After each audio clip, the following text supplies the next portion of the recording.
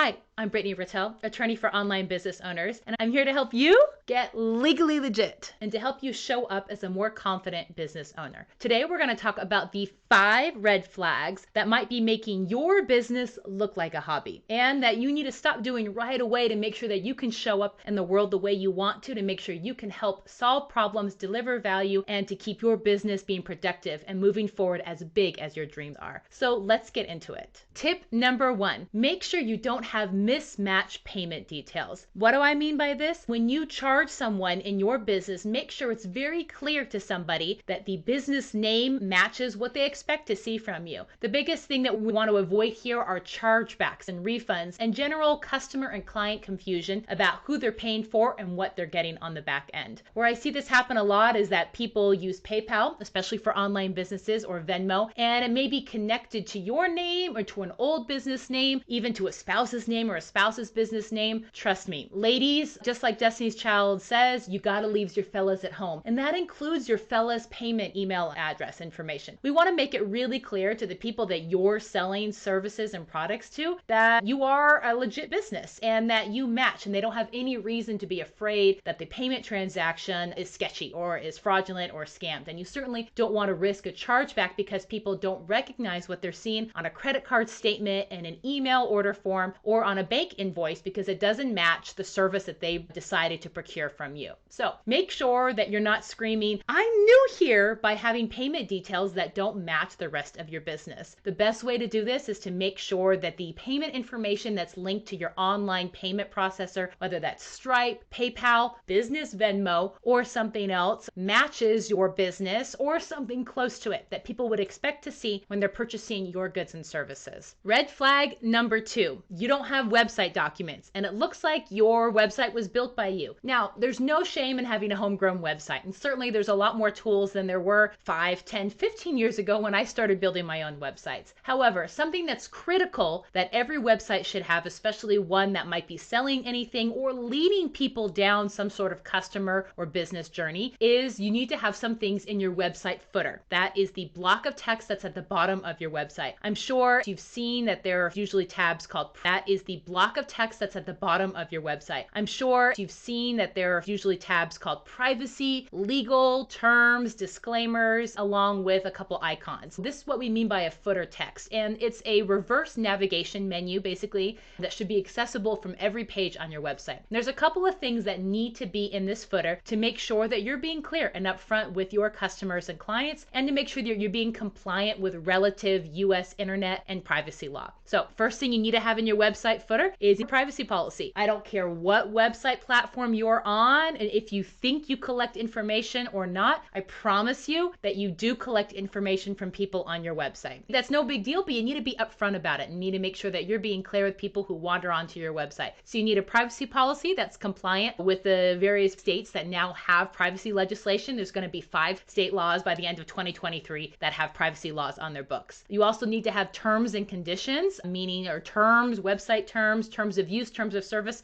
These things are all used interchangeably. Hint, they're the same thing. That explain the rules of your website, kind of like your clubhouse rules, you know, the signs of no boys allowed that you used to have on your treehouse. The next thing that you're going to want to have is a disclaimer or legal tab for any necessary disclaimers or disclosures based on the information on your website. Now, this is likely going to change depending on your sales techniques and if you have information about affiliate programs, links, if you are selling health and wellness services or content, or if you sell something related to business opportunities or tax or legal information or real estate. So this may be a little bit more dynamic depending on what you sell, but there are certain things in certain industries that you need to make clear, and it needs to be available for everyone to click on. This is where that's going to live. And last but not least, you need to make sure that there's a copyright statement. Make sure that it's really clear that all the cool stuff that's on your website belongs to you and that people are not allowed to use that, whether it's photo, audio, or video, without permission from you. So make sure you're not running around the internet with the naked footer. It may be funny for Will Ferrell in one of his movies, but it's not cute on you. Make sure that you have a footer that has all the information that you need to make your website legit. You can get all of these documents that I talked about in my contract shop called Creative Contracts. The website legal bundle is your all-in-one solution, and it has everything you need to get your website legally legit and compliant. Red flag number 3, you are using your home address as your business address, and you're using an email address that was likely set up in the 20th century century. Look, we want to make sure, because we're moving online, especially if you are a women-owned business and have some security or privacy concerns, and frankly, who's not concerned about that in an era of doxing? You want to make sure that you're putting some healthy distance between yourself and your business, and that you're making it difficult for people to find out where you live, especially if you are home-based or virtual-based businesses, like many of you are, like many of the hundreds of clients that I've served. And unfortunately, the law is not set up to make it easy to do this. And so you need to do some things on the front end so that you can run a business and have it be compliant, but also be able to have a little bit of distance between you so it's not as easily recognizable for people to find out your home address. I recommend, depending on where you live and what the rules are in your jurisdiction, setting up a P.O. box or a virtual mailbox. A P.O. box is obviously going to be at your local postal office. A virtual mailbox is going to be online based. They will give you a real street address. It doesn't scream P.O. box. And the mail that it's set there, they can scan and email it to you, and you can open at your leisure and decide if you need to shred it, recycle it, open and scan the rest of it, or if you need it to be forwarded to your home address, which is obviously kept confidential. I really like virtual mailboxes because you can use them for a lot of different things in your business. In addition to having them in your formation documents as appropriate, you can also use them as the footer address that you need for canned spam compliancy, meaning that there's an address that needs to go in the bottom of your emails that you're sending out. Don't use your home address here, please. And so using one of these addresses can solve for that. Make sure you're compliant, but also make sure that you're giving yourself some healthy distance there. Same with your email address. Make it easy for people to find you. Don't use some cute and clever name that's been set up for a while. Don't use one that's shared with a spouse. Make it really clear that you're running a professional business here and that you have a branded email to match. G Suite is super cheap. I like having one that's set up through your domain. If you are still shopping for domains and aren't clear on that yet, at least have one that's the name of your business at Gmail or Hotmail or whatever else. But make it really easy for people to find, and as they're clicking in their email, for it to pop up and look like it's legit and matches your business. What's the red flag number 4?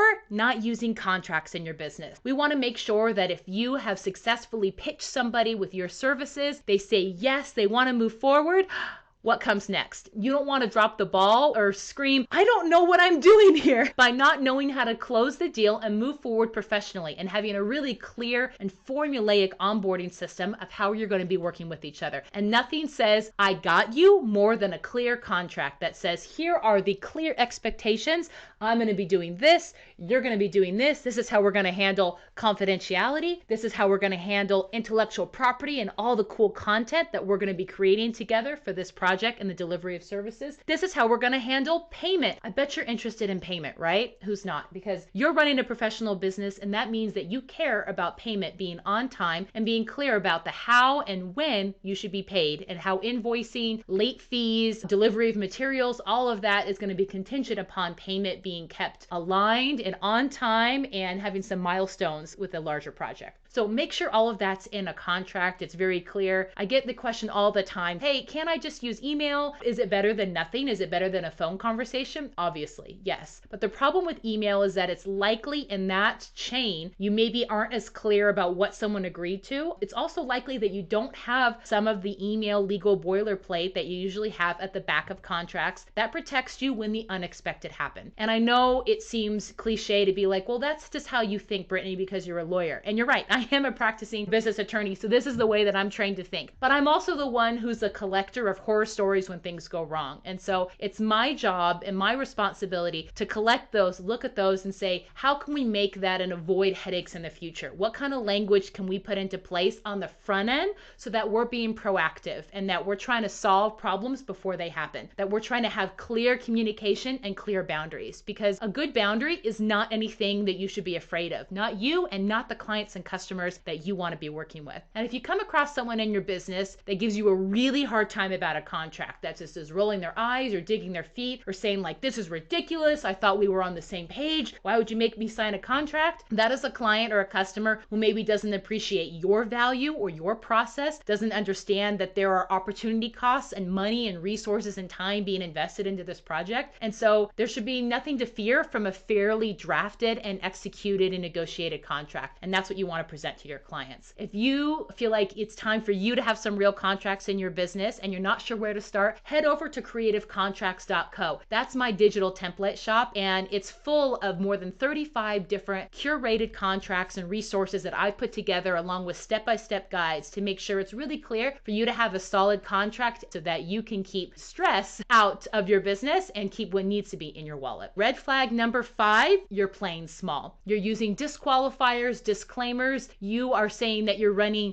just a business. You have just a little shop or just a photography business. You may or may not be using air quotes, but you get the gist, right? You're unintentionally putting yourself in a smaller box because it's likely less scary. Maybe you're afraid of making other people feel bad who aren't running a business. You're maybe afraid that you could be bragging or that you have a little bit of imposter syndrome about calling yourself a real business owner because you're not an entrepreneur. You are just a YouTuber. You're just a podcaster. You're just an author. You're just a teacher, an educator, a TPT, or an Etsy shop owner.